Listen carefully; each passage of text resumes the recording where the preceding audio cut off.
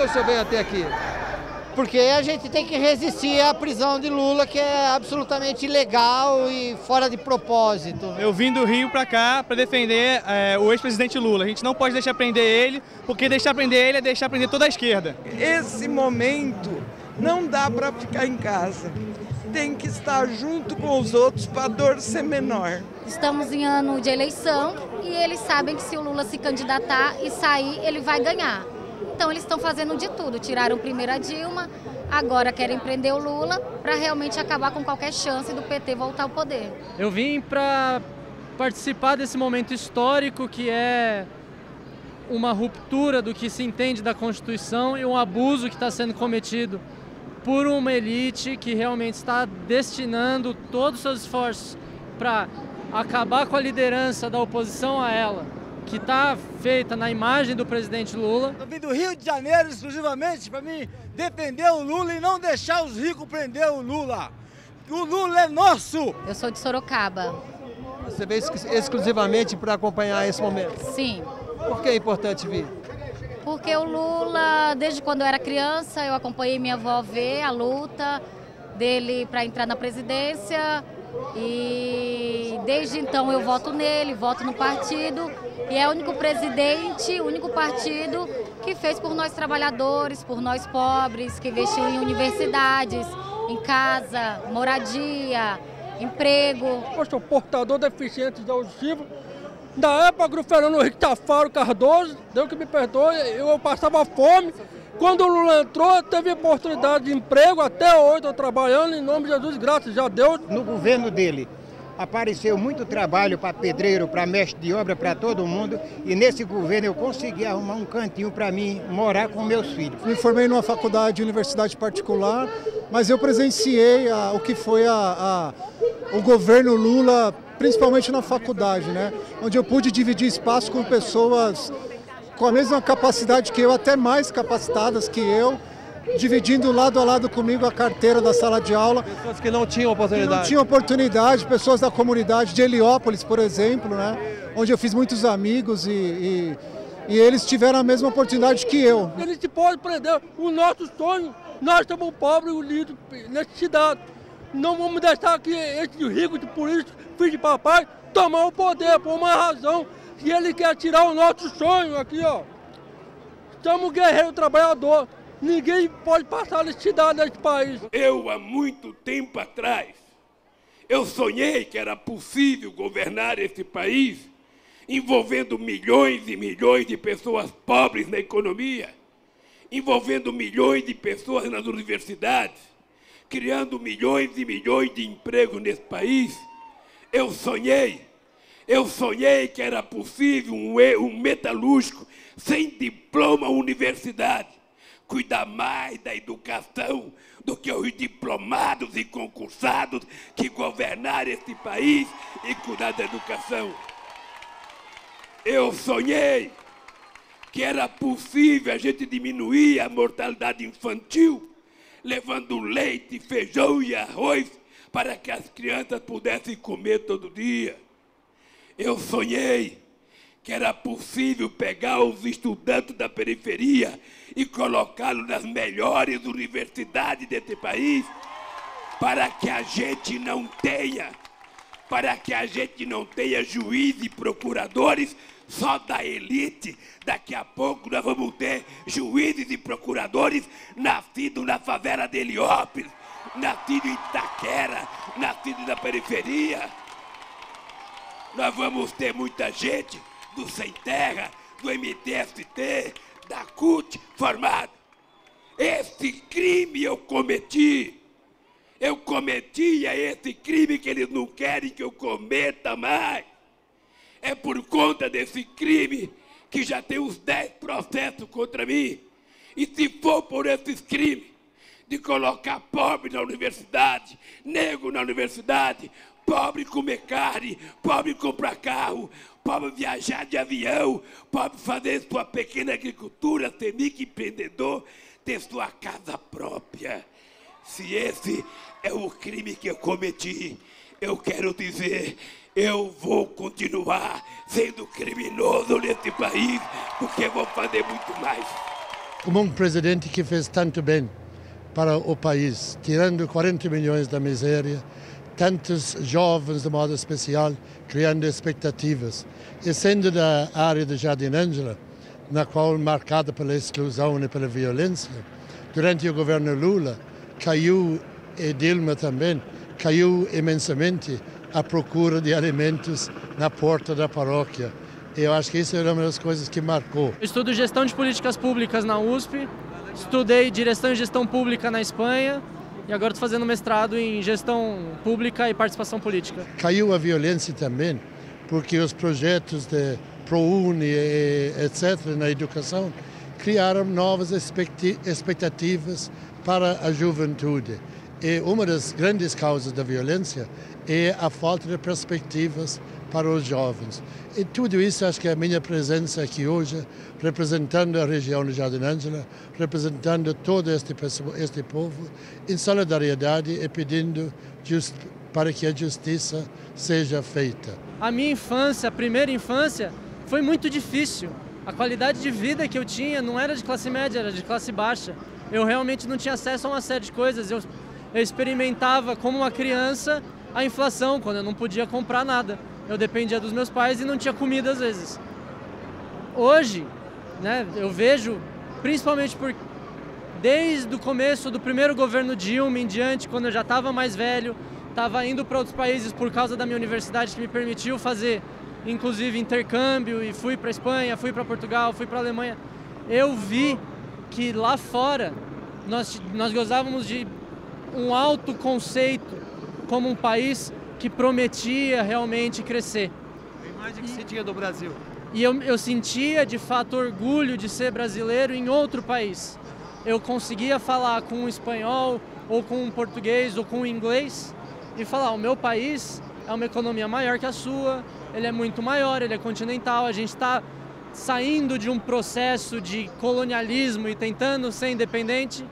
Depois do segundo mandato da Dilma e do golpe, isso ruiu. E acabou completamente. A gente está vivendo o retrocesso do retrocesso e eu não consigo mais olhar para o meu país, olhar para mim mesmo da mesma maneira. Se eles continuarem com o golpe, o futuro nosso vai ser acabar emprego, acabar todas as políticas para a classe menos favorecida e daí eu não vejo um futuro aqui. Tem um avanço do neoliberalismo, né, e do imperialismo e das empresas transnacionais, que elas estão cada dia mais querendo ocupar mais o território brasileiro, usar mais da mão de obra barata brasileira, e os governos Lula e Dilma não deixaram que isso acontecesse, né? Então esse golpe ele aconteceu justamente para ter um avanço do capital internacional, que é aliado sim com as elites nacionais daqui, principalmente, né, com os grandes produtores rurais. E eu acho que, nesse sentido, então, é para explorar mais ainda o trabalho do povo brasileiro. Acho que é importante falar que isso não é uma coisa que está acontecendo só no Brasil, mas na América Latina como um todo, né? Esse processo de golpe, de avanço do capital. Morria 300 pessoas por dia de fome no Brasil. Ele tirou essas 300 pessoas por dia, é muita gente. E ele tirou essas 40 milhões da fome, tirando o dinheiro dos impostos, que o rico acha que isso... Então isso mexeu com muita gente de dinheiro, né? Porque quem paga imposto assim no Brasil, eles acham que é só os ricos que pagam imposto, sendo que o pobre também paga, né? Paga demais.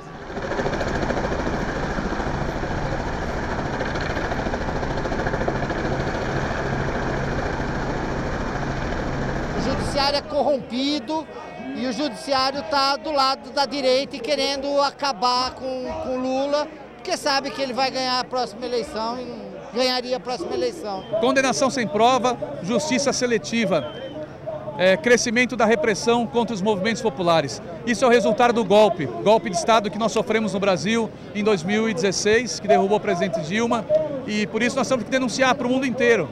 O povo está vindo para as ruas, as organizações populares estão cada vez mais conscientes do seu papel nesse momento histórico. As organizações que estão aqui não têm medo do Poder Judiciário, não tem medo das Forças Armadas, não tem medo do Congresso conservador que está aí. A gente sabe que a causa é justa e quando a causa é justa, a vitória é certa. Não estou acima da justiça. Se eu não acreditasse na justiça, eu não tinha feito um partido político. Eu tinha proposto uma revolução nesse país. Mas eu acredito na justiça, numa justiça justa, numa justiça que vota um processo baseado nos autos do processo, baseado nas informações das acusações, das defesas, na prova concreta que tem a arma do crime. O que eu não posso admitir é um procurador que fez um PowerPoint e foi para a televisão dizer que o PT é uma organização criminosa que nasceu para roubar o Brasil e que o Lula, por ser a figura mais importante desse partido, o Lula é o chefe. E, portanto, se o Lula é o chefe, diz o procurador, eu não preciso de provas, eu tenho convicção. O judiciário é o setor completamente de vanguarda do golpe, ele que está levando o golpe adiante, né?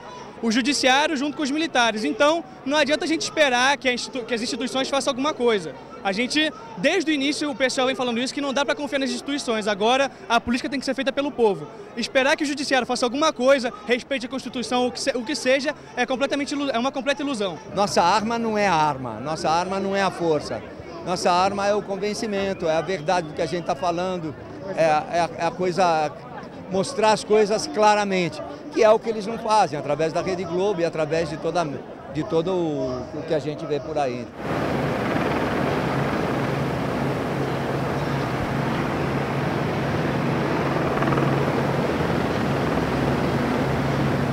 Eu tenho mais de 70 horas de jornal nacional me triturando.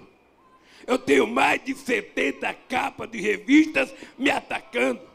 Eu tenho mais de milhares de páginas de jornais e matérias me atacando. Eu tenho mais a Record me atacando. Eu tenho mais a Bandeirante me atacando. Eu tenho mais a rádio do interior, a rádio de outros estados. E o que eles não se dão conta é que quanto mais eles me atacam, mais cresce a minha relação com o povo brasileiro. É necessário refletir e desfazer a confusão que a Rede Globo faz na cabeça das pessoas, e a Record e tantas outras emissoras que ficam deixando confusão, plantando mentira, levantando coisas que não são verdadeiras. Então a verdade está do nosso lado. Não pense que eu sou contra a Lava Jato, não. A Lava Jato, se pegar bandido, tem que pegar bandido mesmo que roubou e prender. Todos nós queremos isso. Todos nós, a vida inteira, dizíamos, só prende pobre, não prende rico. Todos nós dizíamos. E eu quero que continue prendendo o rico. Eu quero. Agora, qual é o problema? É que você não pode fazer julgamento subordinado à imprensa. Porque, no fundo, você destrói as pessoas na sociedade, na imagem das pessoas, e depois os juízes vão julgar e falam, eu não posso ir contra a opinião pública, porque a opinião pública está pedindo para caçar. Quem quiser votar com base na opinião pública, largue a toga e vá ser candidato a deputado. Escolha um partido político e vai ser candidato.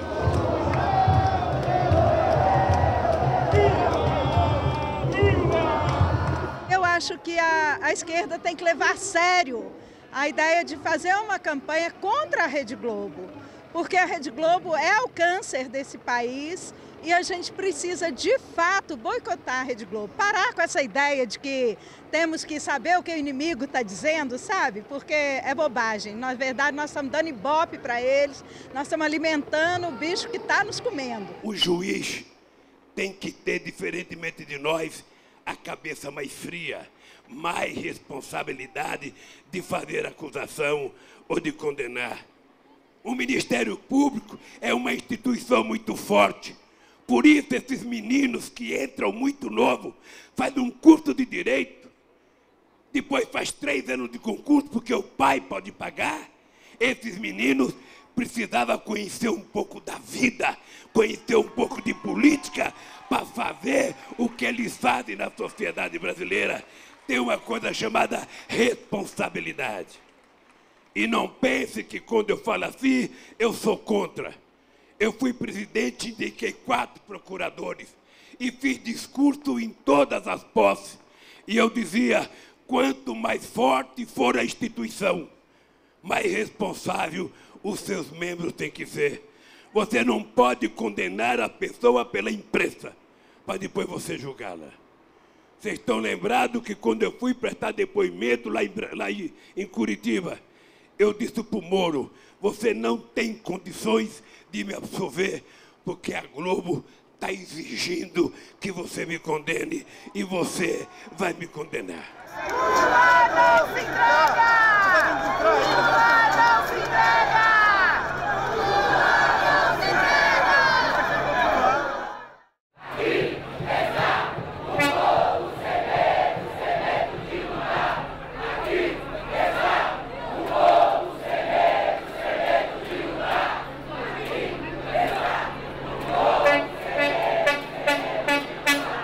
O Lula representa uma coisa que nenhum policial pode prender e nenhuma prisão encarcera. Não. Tá. E cada um aqui, cara. Não. Podem vir. Podem vir. Eles podem prender a gente. O nosso corpo se transforma em pó, mas não prende. Eu estou aqui porque se eu pudesse defender o presidente Lula da prisão, eu defenderia, pode ter certeza. A história se repete, né? Mais uma vez, infelizmente, a nossa democracia sai, de certa forma, manchada, né? Tão nova, mas tão batida, né? Tão sofrida já, né? Os movimentos que estão aqui estão bem organizados. A organização dos movimentos aqui, principalmente da Frente Brasil Popular e da Frente Povo Sem Medo, está preocupado com qualquer ação de provocação daqueles que são contra o Lula e que apoiam o fascismo. Acho que a decisão equivocada do juiz Sérgio Moro cria uma situação de conflito no país. Acho que o Poder Judiciário também tem que analisar a posição do juiz Sérgio Moro. Ele está criando conflito, ele está estimulando ódio e intolerância. Os movimentos que estão aqui não vão aceitar nenhuma injustiça, seja contra Lula, seja contra qualquer movimento de trabalhadores. Não aceitamos assassinatos de lideranças, não aceitamos o que fizeram com Marielle, com Anderson, e nós estamos aqui hoje porque se a gente não parar essa ofensiva desse setor conservador, antidemocrático, que acha que pode tudo, um juiz que com uma canetada desrespeita a vontade popular, porque para nós quem tem que julgar o Lula é o povo.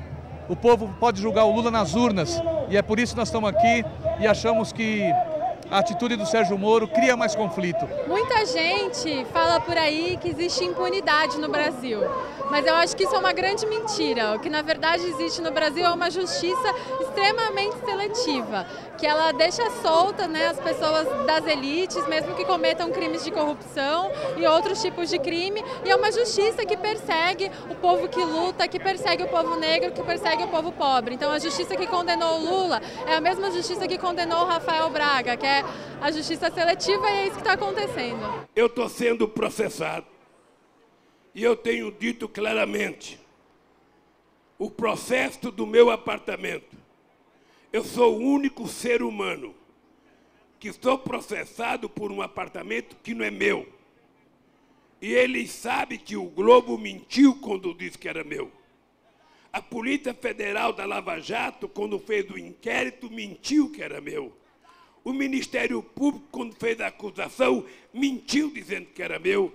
E eu pensei que o Moro ia resolver e ele mentiu dizendo que era meu. E me condenou a 9 anos de cadeia. É por isso que eu sou um cidadão indignado. Porque eu já fiz muita coisa com os meus 72 anos. Mas eu não os perdoo por ter passado para a sociedade a ideia de que eu sou um ladrão. Deram a primazia dos bandidos fazer um pichuleco pelo Brasil inteiro. Deram a primazia dos bandidos chamar a gente de petralha. Deram a primazia de criar quase que um clima de guerra, negando a política nesse país. E eu digo todo dia, nenhum deles tem coragem ou dorme com a consciência tranquila da honestidade, da inocência que eu durmo.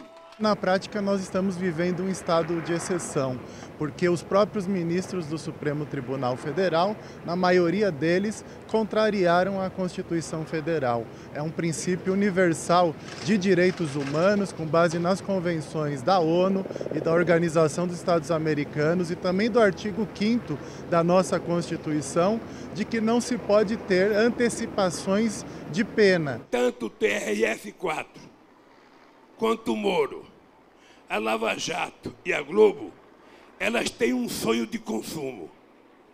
O sonho de consumo é que, primeiro, o golpe não terminou com a Dilma.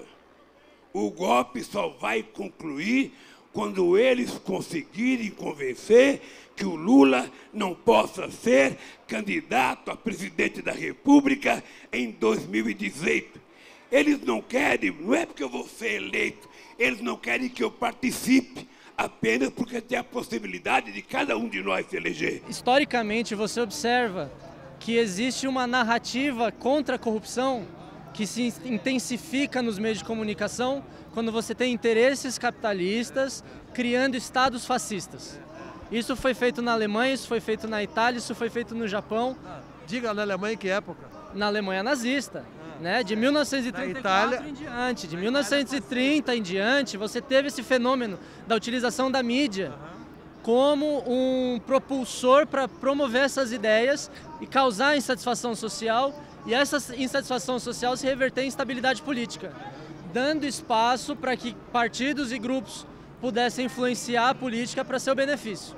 Então a gente está vivendo a mesma coisa aqui agora. O outro sonho de consumo deles é a fotografia do Lula preso. Eu fico imaginando a tesão da Veja colocando a capa minha preta. Eu fico imaginando a tesão da Globo colocando uma fotografia minha presa. Eles vão ter orgasmo múltiplo. A primeira venda de pré-sal pós-golpe gerou um prejuízo de 16 bilhões, comparando o preço ao que foi vendido pelo preço a que estava estimado o valor do petróleo naquela área, aquele volume. A gente teve um prejuízo de 16 bilhões de reais.